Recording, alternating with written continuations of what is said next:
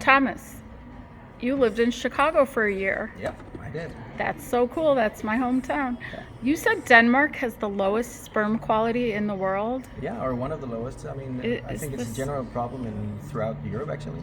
Why would they have the lowest? Your water is so clean. Your air is so clean. Actually, I think I know there's a lot of studies about this. I don't know as much of it. I just have it from the news.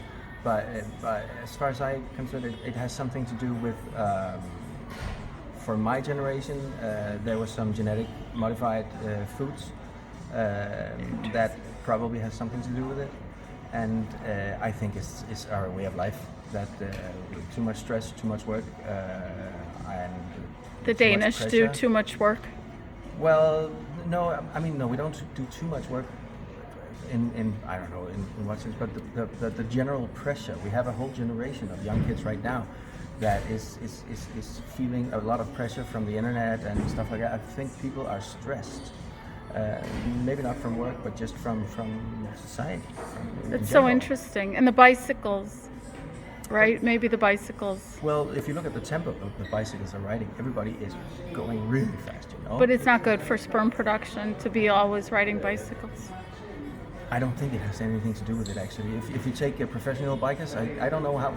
Hot tubs, bicycles, they say. Yeah, maybe. But that's interesting about the genetically modified food supply. We have that problem in the United States, and we have a farm bill in legislature right now because so many of the Chinese want to own all of the land in the United States, especially the food production land, the farmland. So we're fighting that right now.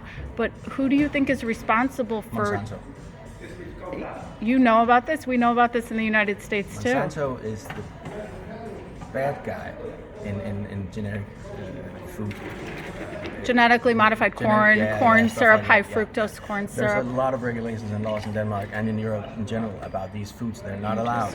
But I mean, if you go to Eastern Europe or further south, Africa, and there's a lot of stuff good about genetically modified foods as well, because you can grow foods with less pesticides and less fertilization maybe, which is good for the water and soil and everything, but also it blends in with nature, and it's just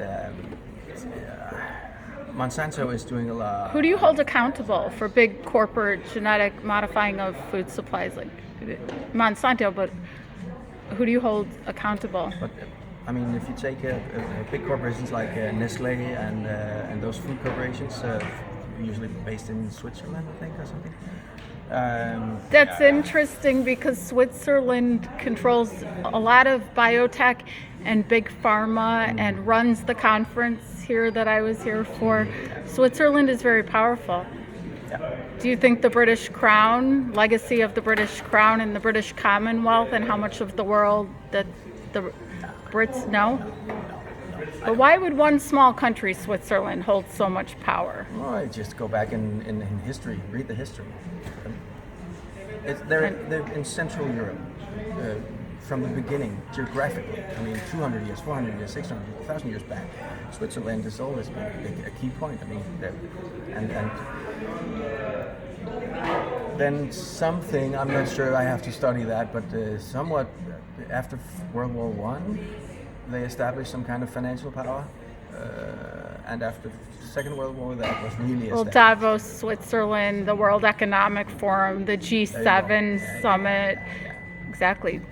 But it's in the history books. It's there. I mean, there's nothing hidden about that. It's just they've managed to do that for themselves. I mean, it's interesting because in January was the World Economic Forum, and 6 out of the 7 G7 countries boycotted the summit for the first time ever. Germany showed up. Yeah.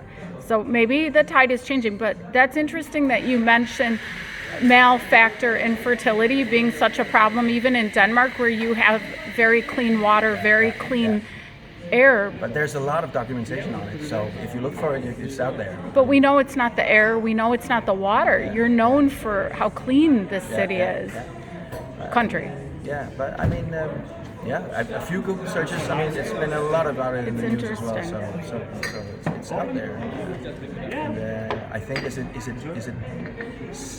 it's really high. Don't hold me up on this. I think it's like 7 out of 10 is IVF. 7 out of 10 births Yeah, in yeah, Denmark? yeah, Perhaps. something like that. You're the It's really high. capital of the world for sperm banks Yeah. in Denmark. Okay. Yeah, that's very interesting. You have one child through IVF. Yeah. Well, congratulations. Well, thank you. How old is he? 13. 13. But that's enlightening to me because you bring up it's not the external factors that cause the male factor infertility. It might be more intrinsic to what we're putting in our bodies and on our bodies. Definitely. And the way of the way of life. I mean, the stress levels are high in Denmark. That's a big. It's out there. I mean, a few Google searches that could do it. It's a big emerging area. Is male factor infertility, males being half the equation of why. So We're also getting kids a lot older, or people are Around a lot the world. older when they yeah, decide to have kids. the global fertility rate is declining. Yeah. We have demographic problems. Yeah. Well, thank you so much for this, Thomas. This is enlightening. I'm blessed to be here, and you have a beautiful city and a beautiful people, beautiful culture. I'm glad you like it. Thank you.